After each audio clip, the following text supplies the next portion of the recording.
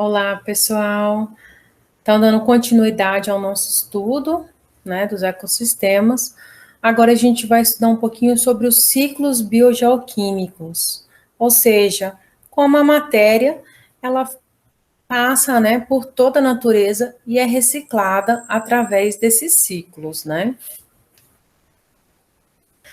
Então, a gente tem que diferenciar a matéria da energia. Então, a gente sempre vai lembrar que a energia, ela vai fluir unidirecionalmente, ou seja, numa única direção, através das cadeias alimentares que vão compor os ecossistemas.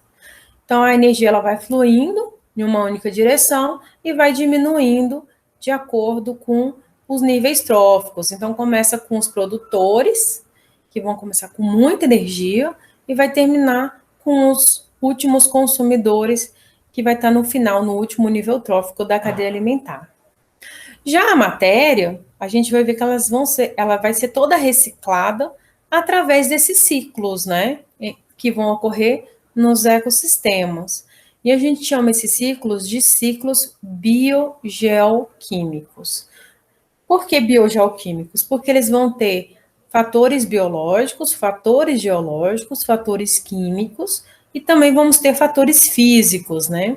Não entra aqui no nome, mas eles também vão compor os ciclos. Então a gente começa pelos processos biológicos, né, que vão compor esses ciclos. Então toda vez que a gente fala nos processos biológicos, a gente está falando das atividades realizadas por um ser vivo. Então lembra que bio é vida. Falou em bio, a gente já sabe que tem a ver com ser vivo. Então tudo que é realizado pelos seres vivos vai fazer parte dos processos biológicos. Então vai ser a nutrição, né, na hora que um organismo se alimenta de outro, as trocas gasosas, né, das respirações, a digestão dos alimentos e as excretas que vão ser trazidas de volta para a natureza. Já os processos químicos, a gente vai ver que vão ser os processos na qual vão ocorrer alteração na composição da matéria. Então, tudo que vai alterar essa matéria, a gente vai chamar de processo químico. Então, por exemplo, a queima das árvores, né, vai transformar as árvores em carvão ou em cinzas. Isso traz uma alteração na matéria inicial. Então, a gente chama de processo químico. Já os processos geológicos são aqueles que vão trazer modificações na crosta terrestre, porque vai ser através da degradação das rochas, né? Então a gente tem diferentes tipos de rochas que vão compor, né, o nosso planeta, e essas rochas elas vêm do magma dos vulcões, né? Então essas rochas elas vão sendo modificadas ao longo do tempo e a decomposição, né, o intemperismo, a desagregação dessas rochas vão formar diferentes tipos de solos. E todas essas modificações que vão ocorrer nas rochas e nos solos, a gente chama de processos geológicos. E por último, os processos físicos são aqueles que modificam a matéria sem alterar sua composição química, né? Então a gente vai ver, por exemplo, na água. A água ela vai mudar de estado físico ao longo do ciclo da água. Então a gente chama isso de processo físico, porque ela muda o estado dela, mas ela não altera a sua composição química. Então ela sempre vai ser aquela composição H2O. Ela só vai mudar a forma dela. Então ela pode aparecer na forma líquida, na forma gasosa ou na forma sólida, mesmo mantendo a mesma composição. Então, o primeiro ciclo que a gente vai estudar é o ciclo da água, que é o ciclo mais importante que ocorre nos ecossistemas. Por que ele é tão importante? Porque a vida no nosso planeta é baseada na água, né? Então, todos os organismos vivos necessitam de água. E essa água, ela precisa ser reciclada, né, ao longo dos ecossistemas. Então, como é que ela vai ser reciclada, né? A gente vai ter, por exemplo, a água na forma líquida, que vai evaporar, vai se transformar em vapores de água, ou seja, nas nuvens, né? A gente sabe que as nuvens são simplesmente vapores de água, Lá elas vão se condensar e vão voltar ao estado líquido, que vão voltar para a água ou para os solos. Em locais frios, essa água pode ser condensada na forma de gelo, que são os granizos, ou na neve, né, que são formas congeladas da água. Ai, desculpa, gente. Então, como é que é um ciclo da água? Aqui temos um ciclo da água clássico, né? Então, a gente começa sempre com a água na forma líquida, através do calor, né, da energia do sol. Essa água ela é evaporada, então ela vira vapor de água, formando as nuvens. Lá nas nuvens, de acordo com as temperaturas que ela vai sofrer lá, ela vai se condensar. E aí ela volta para a crosta terrestre na forma de chuva. Então, é que ela está na atmosfera, que ela está na crosta terrestre.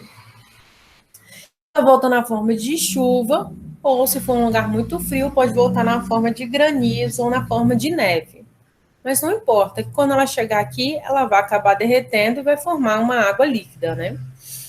Aqui ela volta para os rios e para os lagos, para os oceanos, e também parte dela acaba sendo absorvida pelo solo.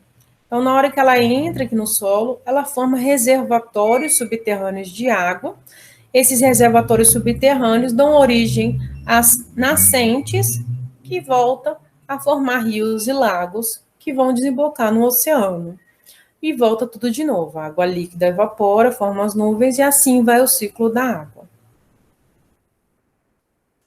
Então, aí a gente vê um exemplo de reservatórios de água subterrâneo. Então, a gente tem aqui um reservatório que é chamado de aquífero Guarani, e aqui a gente tem um reservatório menorzinho, né, um aquífero da Serra Geral, né. Esses aquíferos aqui, eles dão origem à água que vai formar os rios e os lagos que vão desembocar no oceano.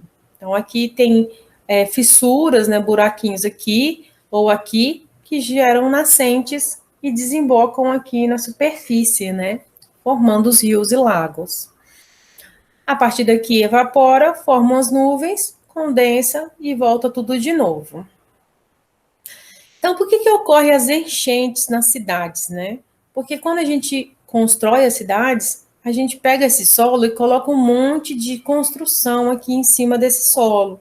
Então, a gente faz a pavimentação, colocando ruas, asfaltos, calçadas, constrói casas, prédios, tudo isso aqui fica por cima do solo. Então, na hora que a chuva, a água condensa e cai na forma de chuva aqui, na hora que tiver construções aqui, a água não consegue chegar no solo, né? Então ela se acumula e forma as enchentes. Por isso que sempre tem que deixar parte dos solos disponíveis, né, dentro de uma cidade, para que essa água consiga entrar no solo e voltar lá para um reservatório de água lá no subsolo. Então a gente vai ver que aqui no Brasil a gente vai ter dois grandes aquíferos, né, que a gente chama de sistema aquífero. O que são esses aquíferos? São grandes reservatórios de água subterrânea. Então, a gente vai ter o sistema aquífero Guarani, que é toda essa parte azul. Então, embaixo do solo de toda essa parte azul, a gente tem um reservatório de água potável, né? Então, ele é tão grande, né, que ele ocupa aqui vários estados, né? Então, a gente vê aqui, ó, vários estados compõem esse aquífero Guarani, tem no seu subsolo uma grande quantidade de água. E ele é tão grande que ele chega a ocupar outros países. Então, pega parte do Paraguai, parte da Argentina e parte do Uruguai também. Tem esse aquífero Guarani. É uma grande quantidade de água potável que a gente tem no subsolo. Então, ele é muito importante. E também temos um outro sistema de aquífero que a gente chama de Grande Amazônia. Então, onde toda essa região azul aqui, ó, que tem a floresta amazônica, no subsolo, a gente tem um grande reservatório de água. Então, esses dois reservatórios de água potável são muito importantes, né? O Brasil ele é considerado o maior país com o maior reservatório de água do mundo. Então, a gente vai ter dois grandes reservatórios de água potável. E a gente sabe que a água potável está ficando cada vez mais rara, né? Está virando um bem precioso. Então, isso aqui é uma preciosidade que a gente tem no nosso subsolo e que a gente tem que cuidar, porque essa água vai ser muito importante para as futuras gerações, né? Se a gente não manter esses reservatórios aqui, a gente vai ter falta de água potável, não só para a gente, mas para o resto do mundo, né? Aqui está mostrando uma figura do livro de vocês, né? Todo o ciclo da água. Então, a gente já falou aqui, né? A gente tem os rios, os lagos, né? E os oceanos. Então, através dessa água líquida, vai ocorrer a evaporação, vai formar as nuvens, que vão cair na forma de chuva, que vão abastecer de novo esses rios, esses lagos, esses oceanos. Parte dessa água também vai ser absorvida pelo solo e formar os reservatórios no subsolo de água. Esses reservatórios também vão ser responsáveis por essa água que vai ser abastecida aqui, ó, nos lagos, nos rios. A gente sabe também que os organismos, eles também jogam água na atmosfera através da transpiração e da respiração. Então, na transpiração e na respiração, a gente também tem formas de jogar água na atmosfera, ou seja, de reciclar a água. E a água, ela vai ser muito importante também, porque ela vai participar da fotossíntese, né? Então, a gente vai ver como é que essa água também entra nos organismos vivos. Então, nos produtores, essa água entra também para formar a fotossíntese, né? Então, a gente tem aqui a fórmula da fotossíntese, e a gente vê que cada reação de fotossíntese consome 6 moléculas de água. Então, essa água, ela compõe os produtores e os herbívoros, ao se alimentarem dessa grama, né, desses produtores, ele também consome água. Então, essa água vai compor o corpo dele, também vai ser eliminado nas excretas, né, na forma de xixi, das fezes, e volta aqui para o solo. Então, volta aqui para os produtores de novo consumirem essa água de novo, e assim vai sendo ciclado. Os que se alimentarem desse animal também vai consumir parte dessa água, e assim por diante. A água vai circulando também através desses organismos vivos, que também, lembra que vão soltar essa água na atmosfera através da transpiração e da respiração. Agora a gente vai ver um outro elemento químico, que é o ciclo do carbono, né? O elemento químico carbono. Então, a gente sabe que o carbono, ele também vai fazer parte da fotossíntese. Então, ele começa na forma atmosférica, né, que vai estar liberado na atmosfera, na forma de dióxido de carbono. Então, a gente tem aqui, ó, o carbono compondo essa molécula que é chamada de dióxido de carbono, ou gás carbônico, tanto faz chamar um ou outro. E esse gás carbônico, ele vai ser utilizado pela planta para fazer a fotossíntese. Então, quando a gente volta, aqui na fórmula da fotossíntese, a gente vê ele aqui, ó, na forma de gás carbônico. Então, 6 moléculas de gás carbônico são consumidos para fazer a fotossíntese. E ele é transformado durante a fotossíntese, esse carbono, ó, lembra que tem 6 aqui, ele vai ser transformado em glicose. Então, ele vai fazer parte da molécula de glicose. A gente tem 6 carbonos aqui. Então, ele é transformado em glicose, que vai fazer parte do corpo dos produtores. E um dos produtos, né, da fotossíntese é o oxigênio, que vai ser liberado aqui na atmosfera. Então, esse carbono, ele é usado pelo dióxido de carbono, é absorvido na forma de dióxido de carbono, depois ele faz parte do corpo desses produtores, que depois os herbívoros, os consumidores primários vão se alimentar, vão consumir esse carbono, que vai passar por consumidores secundários, assim por diante. Até chegar nos decompositores, que vão trazer de volta para o solo esse carbono, né? O carbono, ele também vai fazer parte da nossa respiração, né? Então, lembre que a gente consome oxigênio e libera gás carbônico. Então, onde vem esse carbono aqui da nossa respiração? Vem lá dos alimentos que a gente consome.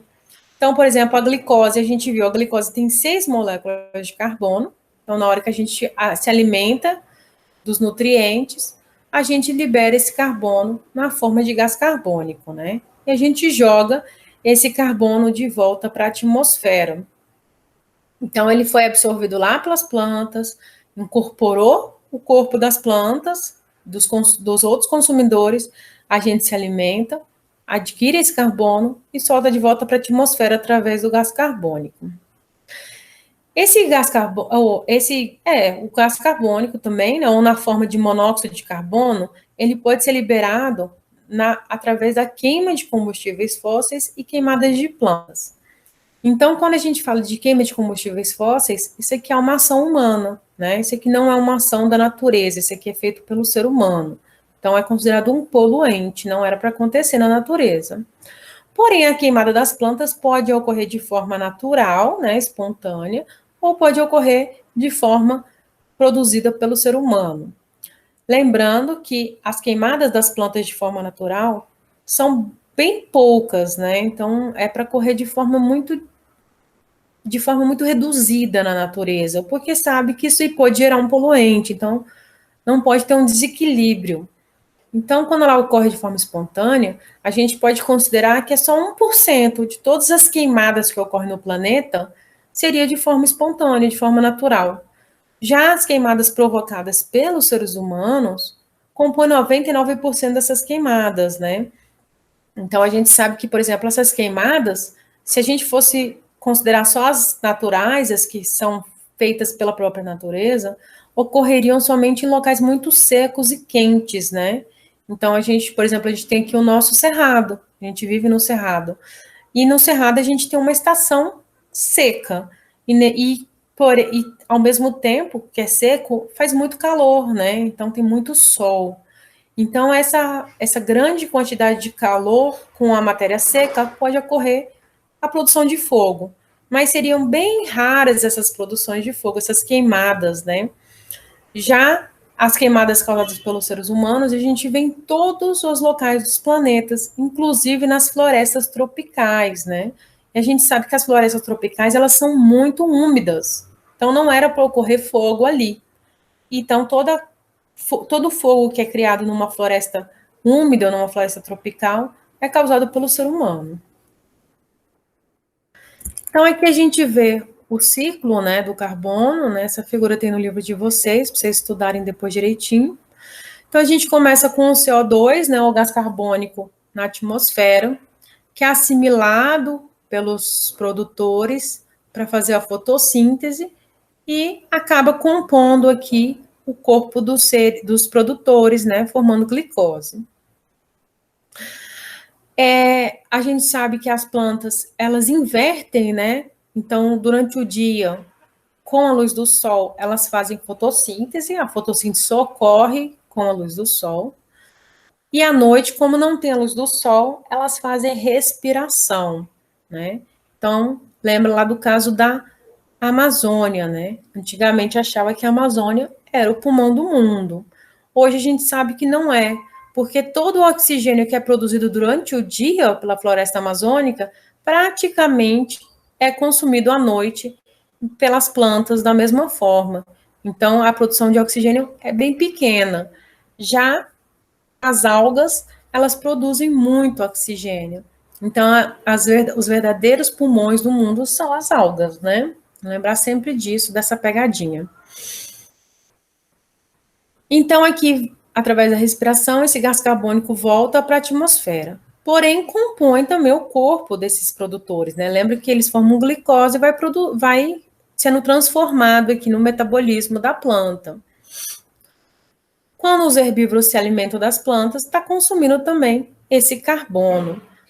Quando esses organismos morrem, né, ocorre a decomposição desse carbono e volta aqui para o solo. Lembrando que esses organismos, eles respiram, então eles também consomem esse carbono aqui e através da respiração, esse carbono volta para a atmosfera. Aqui, através da decomposição, ocorre também a formação de gás carbônico. Então, a decomposição faz essa liberação de gases, né?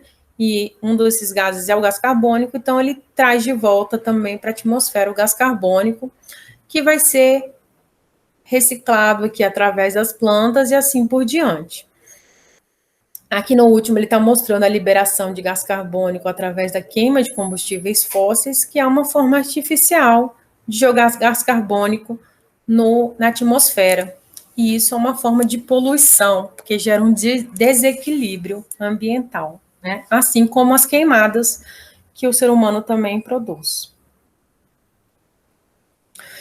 Agora a gente vê no ciclo do oxigênio, a gente vai ver que o ciclo do oxigênio ele é bem semelhante ao ciclo do carbono, né? Então, o que acontece? Ele está na atmosfera aqui, começa na atmosfera na forma de dióxido de carbono, CO2. Então, CO2, 2 átomos de oxigênio. Então, a gente já tem aqui o oxigênio compondo, né, o gás carbônico. É transformado aqui na fotossíntese, formando o oxigênio. Então, libera oxigênio na atmosfera, a gente usa para nossa respiração e joga o oxigênio na forma de dióxido de carbono novamente na atmosfera. Lembrando também aqui, ó, voltando na fórmula da fotossíntese, que ele vai estar presente também no gás carbônico, na água. Então, a gente tem aqui, ó, 2 átomos de oxigênio, né, que vai formar o gás carbônico. O oxigênio também vai estar presente na água, vai estar presente aqui na glicose e vai estar presente aqui na forma de gás oxigênio. Então, ele está presente em quase tudo o oxigênio, né? A gente vai encontrar ele em vários locais e vai ser reciclado de várias formas, né? Outra coisa importante do elemento do oxigênio é que ele forma a camada de ozônio. Então, o que é a camada de ozônio? É quando se unem 3 átomos de oxigênio. Então, é essa fórmula aqui, O3 é o ozônio. E esse ozônio, ele forma como se fosse uma película, né, uma camada protetora em volta do planeta Terra. E graças a essa camada de ozônio, existe a vida no planeta Terra. Porque essa camada, ela vai fazer com que ocorra menos calor aqui dentro do nosso planeta, né? Então, ela vai filtrar os raios solares e também vai filtrar os raios ultravioletas, né? Então, a gente tem aqui, ó, o Sol, ele produz vários raios ultravioletas, né, que a gente chama de UVA, UVB, UVC, e que atravessam aqui a camada de ozônio, parte deles é filtrada. Então, a gente tem ainda a entrada de ultravioleta, porém, parte desses raios ultravioletas não entram no planeta Terra. Eles batem aqui e são jogados de volta para o universo, né? Então, eles são refletidos, eles batem na camada de ozônio e voltam para o universo. Assim como o calor, né? Então, o Sol, ele produz muito calor, porém, só uma pequena quantidade que vai entrar aqui para o nosso planeta. Então, filtra também a quantidade de calor que vai entrar aqui. E por que isso é tão importante? Porque se não tivesse essa camada de ozônio, o nosso país seria muito quente e muito seco, né? Porque quando entra muito calor, evapora toda a água. Essa água seria, se não tivesse essa camada de ozônio, essa água na forma de vapor seria perdida aqui para o universo. Então, o que acontece? Quando esse calor do Sol ele bate aqui na Terra, ocorre a evaporação da água, porém essa água fica retida aqui na atmosfera, dentro da camada de ozônio, e aí ela consegue voltar para a natureza na forma de chuva. Então ela não se perde para o universo, né? Então ela vai sendo reciclada aqui a água. Se não tivesse a camada de ozônio, entraria muito calor, essa água toda seria evaporada e seria perdida para o universo. Então seríamos um planeta muito quente e muito seco. Assim como é Marte, né? Se vocês já viram alguma fotografia de Marte, vocês vão ver que lá é um planeta muito quente e muito seco, justamente porque ele não tem essa camada de ozônio, né? Então, essa camada de ozônio, ela é muito importante para o nosso planeta Terra, para manter uma temperatura ideal, para manter a água e também para prevenir a grande quantidade de raios ultravioletas que vem do Sol. A gente sabe que esses raios ultravioletas, eles podem causar câncer, ou seja, eles têm poder de penetrar na pele e alterar o nosso DNA. Então, causaria muitos problemas se grande quantidade desse ultravioleta atravessasse essa camada e nos atingisse, né? Outra coisa importante é que, ao longo dos anos 70, 80, até 90, né, produziram vários elementos químicos que acabavam destruindo essa camada de ozônio, né? Um desses elementos é o que a gente chama de CFC, né? Esse CFC, ele tinha a capacidade de ir para a atmosfera e destruir a camada de ozônio, ou seja, quebrar essa molécula de ozônio e transforma numa molécula de oxigênio. Então, ele quebrava essa ligação, soltava um oxigênio e soltava o gás carbono, o gás oxigênio, né, o O2. Então, com a liberação dessa grande quantidade de elemento químico nesses anos, ocorreu um buraco nessa camada de ozônio. Então, essa camada de ozônio ela foi perfurada e, com isso, acabou entrando muito mais calor do que deveria do Sol, além de raios ultravioletas que eram filtrados também por essa camada. Então, ela contribuiu, esse buraco na camada de ozônio, para o aquecimento do planeta e por entrar raios ultravioletas. Além disso, lembre que essa camada de ozônio, ela mantém a evaporação aqui para manter o ciclo da água. Então, essa água aqui, ela era perdida para o universo, né? Podendo gerar secas. Então, esse buraco na camada de ozônio é um grande desastre para o nosso planeta, né? Então, o planeta todo, né, todos os países se reuniram e fizeram um acordo para proibir a liberação desses elementos químicos que estão destruindo a camada de ozônio. Senão, logo, logo, todos nós iríamos morrer, né? E o que a gente se sabe, ao longo desses anos todos que foram proibidos, esses elementos químicos, é que a camada de ozônio ela foi se recompondo. Então, esse buraco na camada de ozônio foi diminuindo. Então, é muito importante a gente saber que essa camada de ozônio ela é capaz de se regenerar.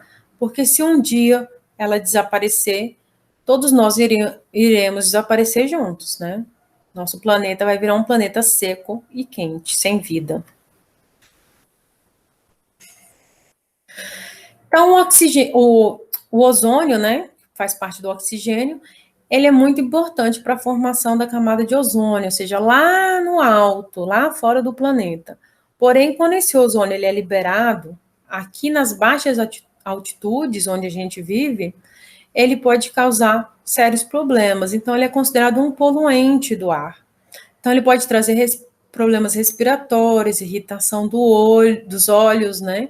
E a gente sabe que esse ozônio ele é liberado através da queima do combustível de veículos, né? Então a gente sabe que os carros eles liberam esse ozônio através dos escapamentos. Então isso aqui gera uma grande poluição nas cidades, né? Então por isso que hoje em dia a gente fala, né, que deveríamos formas limpas, né, de automotivos, né, de carros, de ônibus, né, além de os carros elétricos, né, que estão surgindo aí, para que não libere essa poluição.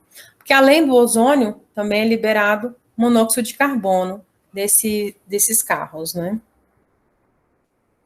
Outro ciclo, também de grande importância, é o ciclo do nitrogênio. Então, a gente vai ver que o ciclo do nitrogênio, ele tem dependência de certos organismos vivos para ele acontecer. Então, a gente começa aqui pela atmosfera, né?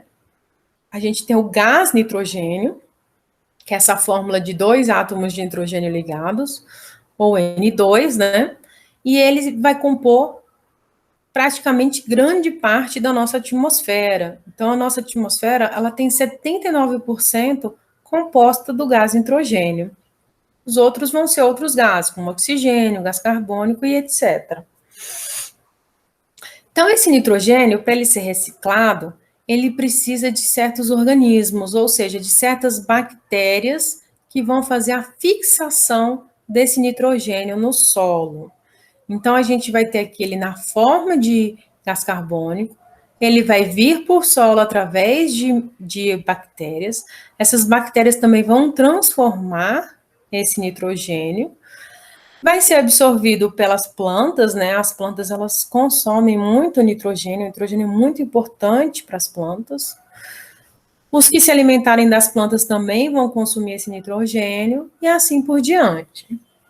Quando eles morrerem, vão ser decompostas, esse nitrogênio volta para o solo, e depois vamos ter outras bactérias que vão levar de volta esse nitrogênio do solo para a atmosfera. Então, a gente tem que lembrar que o nitrogênio, ele vai fazer parte do corpo dos seres vivos. Então, ele vai compor os seres vivos através das moléculas de DNA e RNA, a gente vai encontrar o nitrogênio, e também, de grande importância, porque ele vai compor os aminoácidos. Então, lembra que o conjunto de aminoácidos, eles formam as proteínas. Então, as proteínas contêm nitrogênio. Então, todas as proteínas do nosso corpo ou do corpo dos outros seres vivos vão ter o nitrogênio, que ao morrer, volta para o solo na forma decomposta, né? Então, a gente vai ter essas bactérias que elas vão fixar o nitrogênio da atmosfera. Essa fixação que a gente fala é chamada de biofixação. Elas vão trazer aquele nitrogênio que estão lá na atmosfera para o solo. E elas vão fazer isso através de associações com as raízes das árvores. Então, a gente vai chamar essa associação de bacteriorrisa. Bactério, de bactéria, e risa de raiz. Então, formam esses nódulos nas raízes das plantas.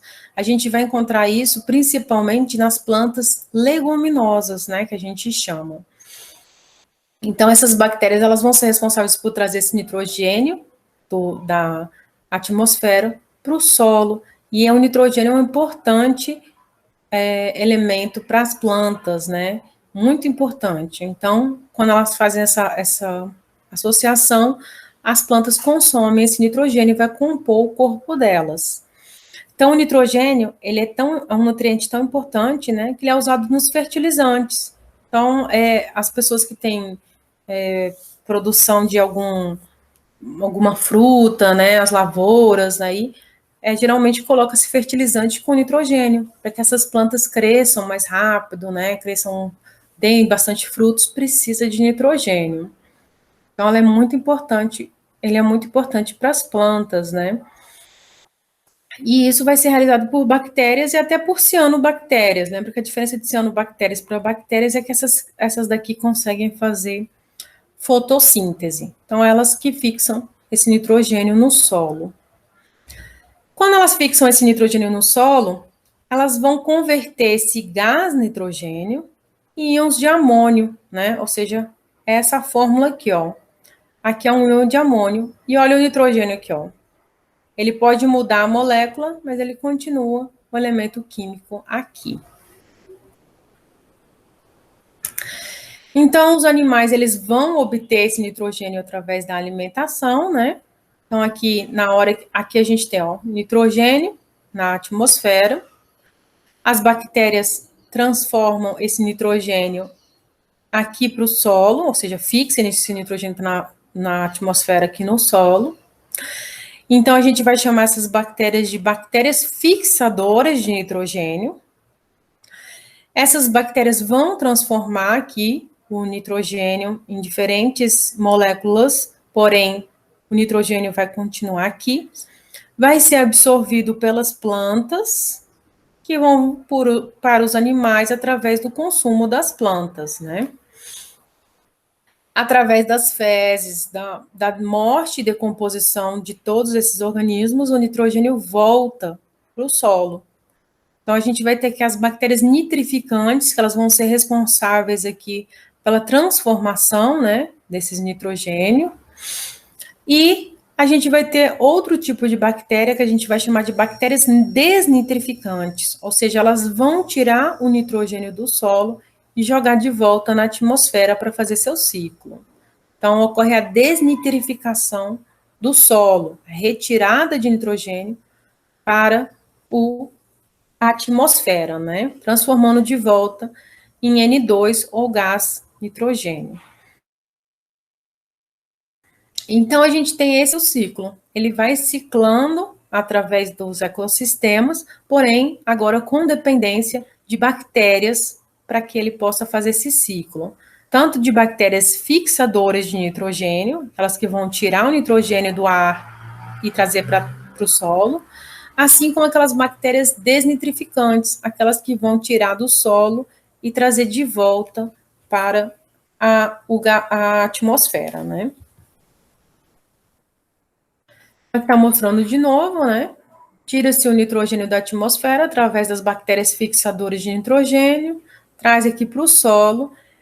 O nitrogênio vai sofrendo modificações na sua molécula, né? Através de outras bactérias, como, por exemplo, as bactérias nitrificantes, elas vão transformando esse nitrogênio, até que eles consigam ser absorvidos aqui pelas plantas, né? Formando as proteínas das plantas. Lembra que eles compõem um aminoácido, formam as proteínas. Também é consumido pelos herbívoros, assim como os consumidores secundários, terciários, formando as proteínas, ó, do corpo deles. Na hora que todo mundo morre ou os excretas são jogados no solo de novo, os decompositores decompõem esse nitrogênio, né? Ele coloca aqui na forma de amônio. Essas bactérias, nitrificantes transformam de novo esse nitrogênio, está na forma de amônio, transformam em nitrito. E as desnitrificantes vão transformar esse nitrito de volta em gás nitrogênio na atmosfera. Então, esse é o ciclo do nitrogênio, né? E até uma curiosidade é que o nitrogênio ele é tão importante, né, para as plantas que quando esses produtores, esses agricultores, eles fazem, né, as plantações, eles fazem às vezes um revezamento, né, de plantações. Então eles pegam e plantam, por exemplo, por 6 meses as plantas leguminosas, que são essas que têm essas bactérias que fixam, né, o nitrogênio. Então eles plantam as leguminosas, enchem o solo de nitrogênio, aí matam essas leguminosas, tiram elas e plantam outras coisas. E aí, quando nascem essas outras plantas, elas já pegam um solo cheio de nitrogênio. Elas consomem esse nitrogênio, aí o solo fica pobre em nitrogênio. Aí eles pegam, plantam leguminosas de novo e assim eles vão fazendo, né, uma alternância das plantas para manter sempre o solo rico em nitrogênio. Quando não se faz isso, eles são obrigados a pôr fertilizantes, né? Porque o solo vai ficando pobre em nitrogênio. Então, eles põem os fertilizantes cheios de nitrogênio para recompor esse nitrogênio do solo.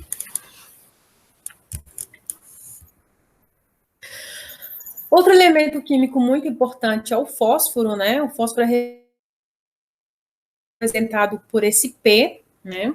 Então, ele vai ser muito importante no ciclo da natureza, porque ele vai compor também os ácidos nucleicos, então a gente vai encontrar ele na molécula de DNA e RNA. Além disso, ele também vai compor as moléculas de energia, ou seja, as moléculas de ATP. Lembra quando a gente estudou essas moléculas? Elas são produzidas pelas mitocôndrias, né? E elas que dão energias para diversas reações químicas que ocorrem no nosso corpo. Então, ATP é a sigla da molécula chamada adenosina trifosfato, ou seja, é uma adenosina ligada a 3 fosfatos, né? Então, a gente precisa de 3 elementos de fósforo aqui para compor essa molécula de energia. Sem ela, a gente não viveria. A gente precisa dela para várias reações químicas no nosso organismo, para o nosso metabolismo. Além disso, ela também vai compor as membranas celulares, a gente vai encontrar fósforo lá também, e na composição dos nossos ossos e dentes. Então, os nossos ossos e dentes é uma composição de cálcio e fósforo, né? Então, ele é muito importante. E o principal reservatório, né, que a gente chama dos íons fosfato, né, do elemento químico do fosfato ou do fósforo, né, eles são encontrados nas rochas, né. Então, essas rochas, ao serem erodidas, elas vão liberando os íons de fosfato na natureza. Como ele é muito solúvel, esse íon, por isso que a gente vai encontrar em grande quantidade dentro da gente, né, ele é muito solúvel em água, ele acaba sendo carregado pelas chuvas, para os rios, lagos e mares. Então, aqui a gente tem um ciclo desse fosfato com nitrogênio na cabeça. Então, a gente começa aqui com as rochas, né? Que elas vão ser decompostas e vão liberar o fosfato, né? Então, esse fosfato, ele vai ser encontrado no solo, na hora que elas forem decompostas, assim como também podem e para a chuva, né? Então, essa chuva, quando cai, ela também coloca o fosfato aqui. Esse fosfato é absorvido pelas plantas, né? Que depois vão para os animais, quando consomem essas plantas e vão compor, né? O corpo, tanto das plantas como dos animais. Quando eles morrem, são decompostos e volta esse fosfato para o solo. É uma coisa muito importante é que esse fosfato, ele também, como ele é muito solúvel em água, ele se acumula muito nos mares, né? Então a gente vai encontrar grande quantidade de fosfato nos mares. Porém, para que tenha um equilíbrio, esse fosfato ele vai ser precipitado e sedimentado aqui no fundo do mar, né? Então ele fica uma grande camada de fosfato aqui no fundo do mar, até fazendo formação de novas rochas. Então fica uma camada grande de fosfato aqui no fundo do mar. Faz com que mantenha uma quantidade ideal de fosfato na água. Então, essa água, quando ela é evaporada, leva o fosfato junto e cai aqui na chuva e assim por diante. Uma coisa importante é que esse fosfato, em grande quantidade, ele tem que ficar aqui no fundo do mar, né? Não só para formar novas rochas, mas para evitar que fique uma grande quantidade de fosfato na água. Essa grande quantidade de fosfato pode levar à morte de vários organismos que vivem nessa água, né? Então, quando se falou na extração do pré-sal, né, do petróleo, na camada de pré-sal, a gente teve um problema ambiental. Por quê? Descobriu-se que existe uma grande quantidade de petróleo no subsolo do mar, né? Então, lembra que aqui tem o subsolo, aqui tem o petróleo, porém, aqui na superfície aqui do solo, a gente tem uma grande quantidade de fosfato, uma grande camada de fosfato. E para que se consiga tirar esse petróleo, precisava perfurar aqui. Na hora que perfura aqui, faz a construção aqui dos equipamentos para extrair esse petróleo, esse fosfato, ele era liberado aqui na água.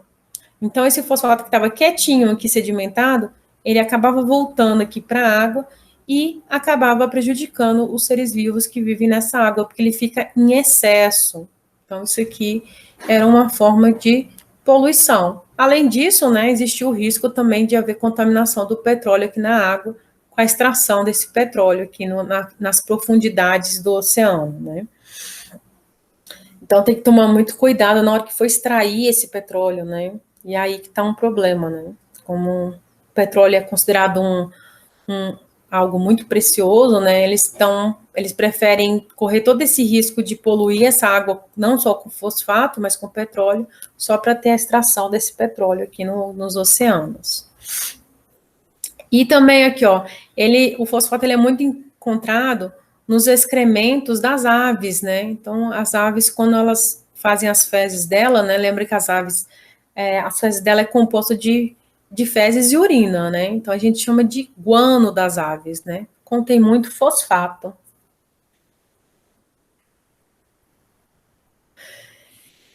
E esses são os ciclos biogeoquímicos dos principais elementos químicos, né? Vão ter outros elementos, mas esses são os principais que a gente estuda.